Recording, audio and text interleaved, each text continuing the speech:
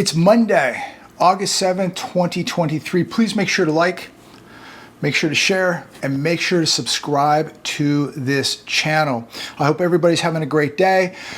A very interesting day today. Markets across the board explode. Dow Jones up over 400 points today. Does anybody believe that things are good? Now, today, I've jotted down some notes, printed some articles, none of this in order, but please feel free to comment down below. I want to know what every one of you is thinking.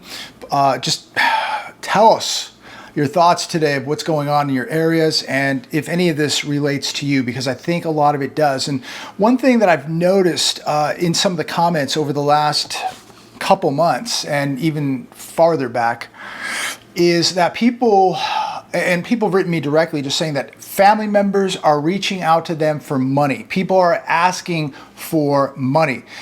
Does anybody out there, have you had this experience in the last 12 months? This is not new, but I'm hearing more and more of this, and I think we're gonna definitely see a lot more of this, where friends, family members, acquaintances are reaching out asking for money because they're behind on utilities, they're behind on rent, they gotta feed the kids. There's just so much going on, yet Dow Jones up over 400 points today, but we're in a time where I've never seen so many people have to move back home.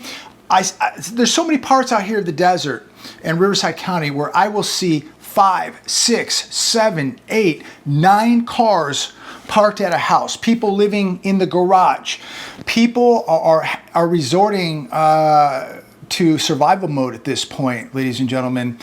And when people are living in their parents' garage or a relative's garage, when they're reaching out and asking family members for cash, you know that something is happening. So let me know down in the comments if you want.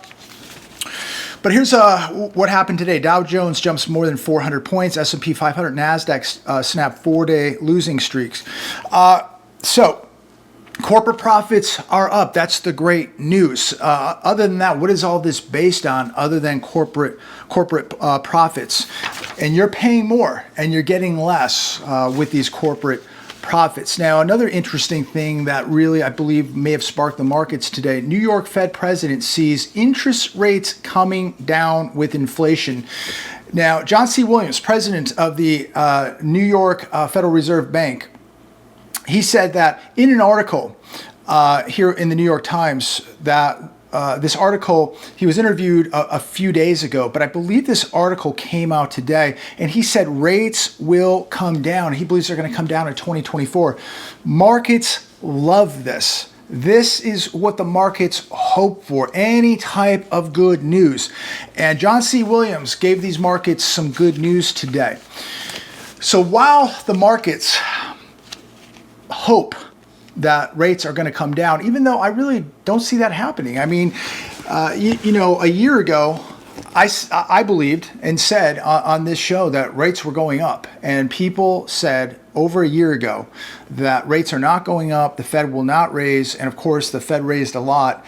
And now that we have a Fed's fund rate of 5.5%, people still believe that the Fed is not going to raise, that the Fed is going to cut rates. Not going to happen, at least not this year. And if they do cut rates, you're going to see inflation go absolutely out of control. And look, there is a chance that at some point things are going to break. The Fed reverses course, cuts rates, starts printing a lot of money.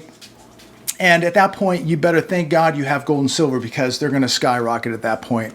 But getting back to some of the news today, majority of parents spend 20% or more on household income on childcare. This on CNBC. So we're now in a country where, when we look at the debt to income ratio, 39.9% of people's income is just going to pay a mortgage. And then right here it says that they're spending 20% or more on childcare. 67% of parents in this country spend 20% or more on childcare. So if these people have a mortgage that they're spending nearly 40% of their income on before taxes, and then 20+% on childcare, that's 60% of their money, of their income before taxes, just going to childcare and a mortgage. Don't forget, they have 1, maybe 2 auto payments, they have health insurance payments, they have car insurance, they have food bills, They have all kind of bills. How in the world are people doing it? This is on borrowed time without a doubt. And if we look at this article today coming from the economiccollapse.com, 7 trends which indicate that economic disaster is approaching very rapidly. We talk about this daily, ladies and gentlemen, but it's important that we talk about it daily because this is the only way we're going to take action if we continue to talk about this and we continue to think with an open mind on how to prepare and take action for this. U.S. and local governments just experienced the worst decline in income tax revenues ever recorded. That is not a good sign. Truck freight volume and spending absolutely plummeted during the second quarter. 3, U.S. lost 585,000 full-time jobs last month. That is concerning. How are people who once had a full-time job going to pay those mortgages? U.S. employers have announced more job cuts this year than they did in all of 2022. Just a reminder, yellow trucking, 30,000 jobs eviscerated. CVS laying off 5,000. Monthly costs for new home buyers are almost 20% higher than they were a year ago. This is crushing, repeat, crushing the housing market. We've never seen home sales go down and plummet to this degree than what we're seeing right now. Delinquency rates for commercial real estate mortgages are skyrocketing, a sign we are in the very early stages of the worst commercial real estate crisis in U.S. history. Another one here. Only 46% of Americans can afford a $400 emergency. And as you know and I know, emergencies are typically more than $400. You know, just think if you got a bill for $400 and this is going to be like a major emergency, this could change your life. Think about the condition, the economic condition you're in right now. $400 changes your life. This is where we're at right now. This is where millions of Americans are at right now. And the concerning thing is, how do these people survive this economic collapse which has begun? How do they survive a serious Great Depression that we're heading into? How do they do it? When you're broke at this point of the game, and we're in the early stages, the early innings, and people are already tapped out. They don't even have $400. This is the concerning part because I worry about these people. You should worry about these people. I don't want to see people get hurt. I don't want to see people suffer. I want to see people prepared. I want to see people prosper. I want to see people take action and be aware of what's coming. You know what the consequences are going to be, ladies and gentlemen. That's why you have taken action. Here's another one that's 7 right there, but a couple of the additional ones that I added. 30,000 auto repos per day. Is that the sign of a booming economy, or is that the sign of a depression? $32.7 trillion. That's the U.S. debt right now, not including unfunded liabilities like Medicare, Medicaid. That's another $192 trillion of unfunded liabilities, plus the national debt of $32.7 trillion. This can never be repaid. Homeless population exploding. 43 million Americans on food stamps. Los Angeles, we have 768,000 households who are behind on rent. 20 million people in March, as of March, 20 million households in America were behind on their utility bills. That could be higher now. That was March. We're now in August. So I couldn't find the latest numbers, but you know what? I think it's even worse than 20 million. Quick question to all of you out there. I was just thinking about this, talking to somebody yesterday about this. A lot of people did not file taxes for 2022. Some people get extensions, some people didn't. Some people had no intentions of paying their taxes for 2022 because they cannot pay their taxes for 2022. A lot of people right now cannot pay last year's taxes. And what is going to happen to these people? They're so tapped out. Nobody talks about this, but millions of people right now cannot even pay their taxes. What is the system going to do to these people? Think about this. I don't know. I don't know what's going to happen. Comment down below. Do you know anybody that could not pay 2022 taxes? And what are going to be the ramifications to these people? Of course, they're going to be charged with interest. And what if they can't pay 2023's taxes? People are getting so far behind. You can't pay your utility bills and say you owe, you owe the government $5, $6, $7, $10,000, but you can't even pay your light bill. What's going on? How are they ever going to make these debts whole again? Yellow Trucking files for bankruptcy, blames union for 30,000 American jobs lost. You know, I haven't seen this on the news at all today. This is very, very big news. I'm sure the union bosses made out very, very well. I can't say the same for the workers at Yellow Trucking. 30,000 people losing their jobs. What about their pensions? Are they even going to get a pension, or are they going to take a serious haircut? There's talk out there that they may not even see a dime. I watched this video of one of the Yellow Trucking truck drivers, and one of his superiors was telling him, hey, we're closing shop, your pension is gone. And this guy went absolutely ballistic. 30 years. And they just told him he's done. His pension's in jeopardy. And this guy went absolutely ballistic. But what could he do? Now this guy's going to have to probably, work until he literally dies. So I don't know what's going to happen with the pensions coming. If you know more about this, I would think that these people hopefully will get something, but they're probably going to get a serious haircut. And most of them are going to probably continue to be forced to work or go back to work. Another interesting thing, when we look at what's happening in freight and trucking and Yellow Trucking, is, what was it, a year, 2 years ago, we were being told about the shortage of truck drivers. They wanted everybody to go out and get a commercial driver's license, be a truck driver. You can make all this money and there's going to be work for the next 100 years. Now look at what is happening. All these people that went into trucking, got a commercial driver's license, and people are losing their jobs. Freight volumes are dropping. And, we're going to see more of this disaster play out. More of the trucking industry is going to get hurt here, because we're seeing people not buy as much. They're not spending as much.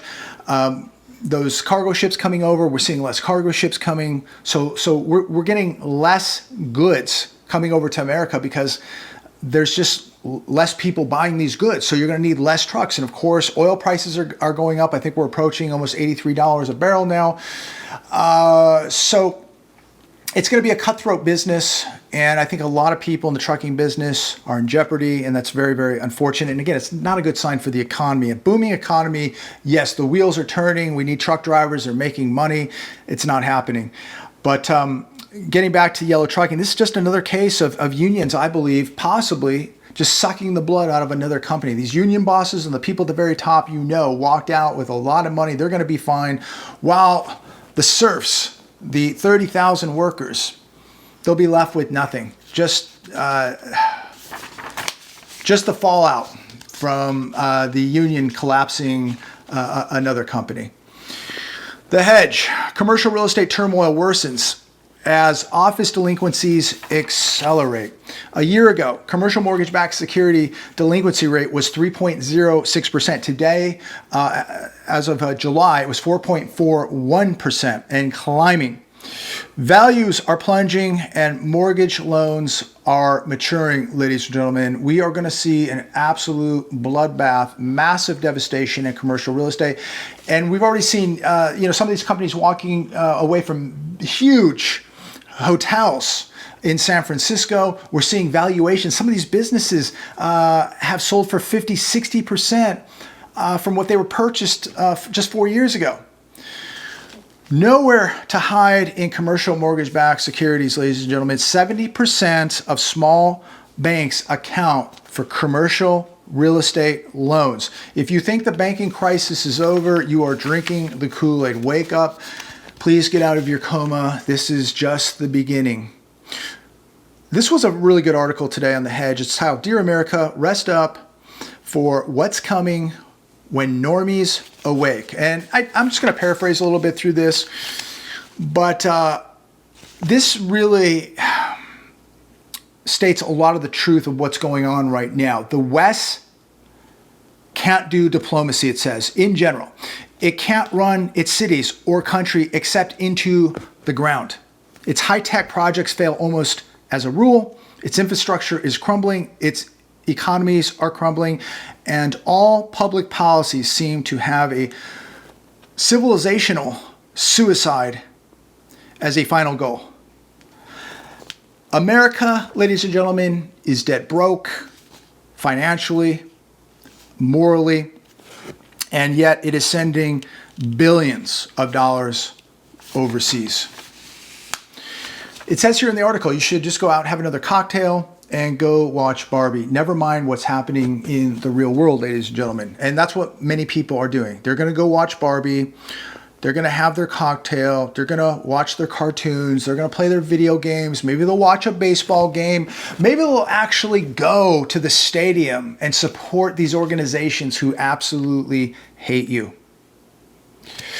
At the rate that this country is borrowing, at the rate that people that you and I know are borrowing money, no one will have the means to pay it back. The government owes so much money, it can never pay it back. People you know and I know have borrowed so much money, they can never pay it back. A whole lot of people are going to be broke. A whole lot of banks are going to be broke.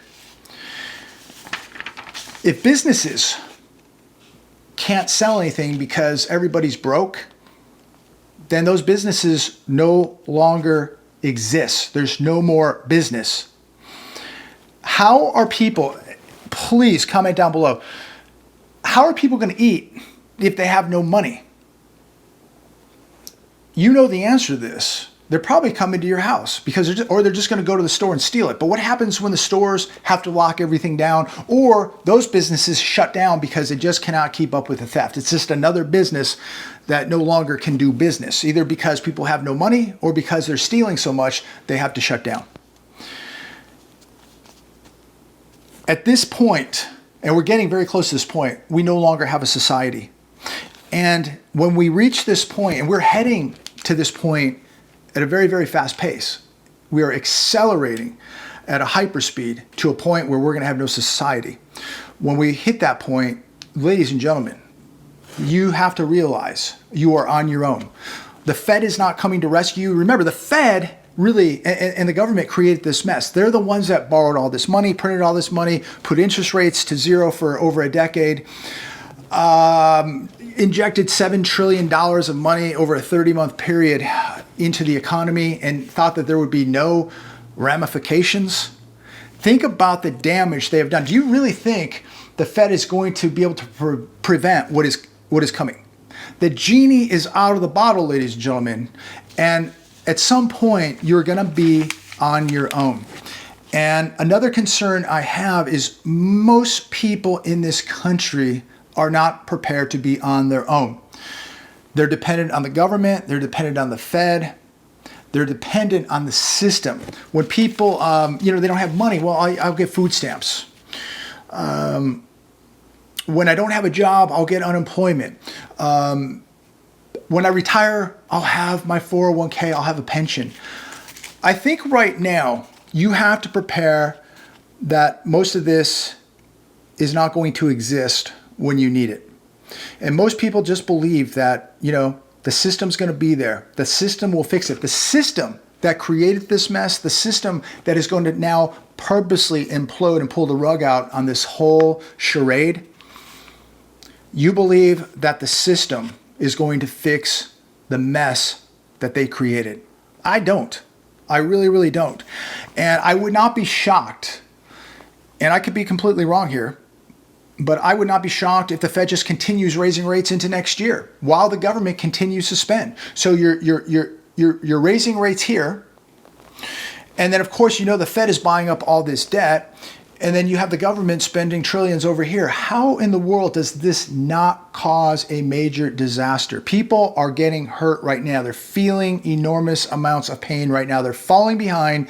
They have no money saved up. They're tapping into retirements. They wiped out their savings accounts. They've pulled tons of money out of their home. And you know what? They're still in trouble. And they're going to get into even more trouble in the next 12 months. So take as much action as you can, live as far below your means as you can, raise as much capital as you can. Be diversified as much as you can. Be in the best physical and spiritual shape that you can possibly be in. This is going to be an incredible time, and it's going to last much more than 6 months or 12 months. This is going to be the greatest depression the world has ever seen. You're looking at global debt at $340 trillion, can never be repaid. You're going to be looking at new financial systems, new markets rising. The empire here in the United States, unfortunately, is falling, and we may turn into a third world country. You have to be prepared for that, ladies and gentlemen. You have to be prepared for that. So if you have some ideas how we could be preparing, other than a couple that I've just mentioned, security coming to the top of my head is number one next to God. Having as many skills as you can possibly have is going to be important. Getting rid of debt is going to be important. Of course, have barterable items going to be important. Just to name a few. But if you have some really good ideas, please comment down below. Let us know what you think are a couple good ways that we could all be preparing right now. God bless every one of you. Thanks for watching. Please like, please share, and make sure you subscribe to this channel. None of this is possible without you. I want to thank each and every one of you for taking the time daily to watch this show. I want to thank you for the incredible comments down below. They're more important than anything I say. I cannot emphasize enough how many people you have saved, how many people you've woken up because of those insightful comments down below. So God bless every one of you for that. Thanks for sharing. Many of you really shared some of your personal life in those comments, and I really appreciate that. It really means a lot to all of us. So God bless every one of you, and we'll see what happens tomorrow. You just never know. You don't know from one day to the next what we're going to wake up to. That is why it's so imperative that we take the time that we have and we continue to prepare the best that we can. Even if you can just do a little, do what you can, because it's going to be extremely important. You'll be more prepared than your neighbor, than your friends. Do what you can do, ladies and gentlemen. God bless. Have a great day. Talk to all of you very, very soon.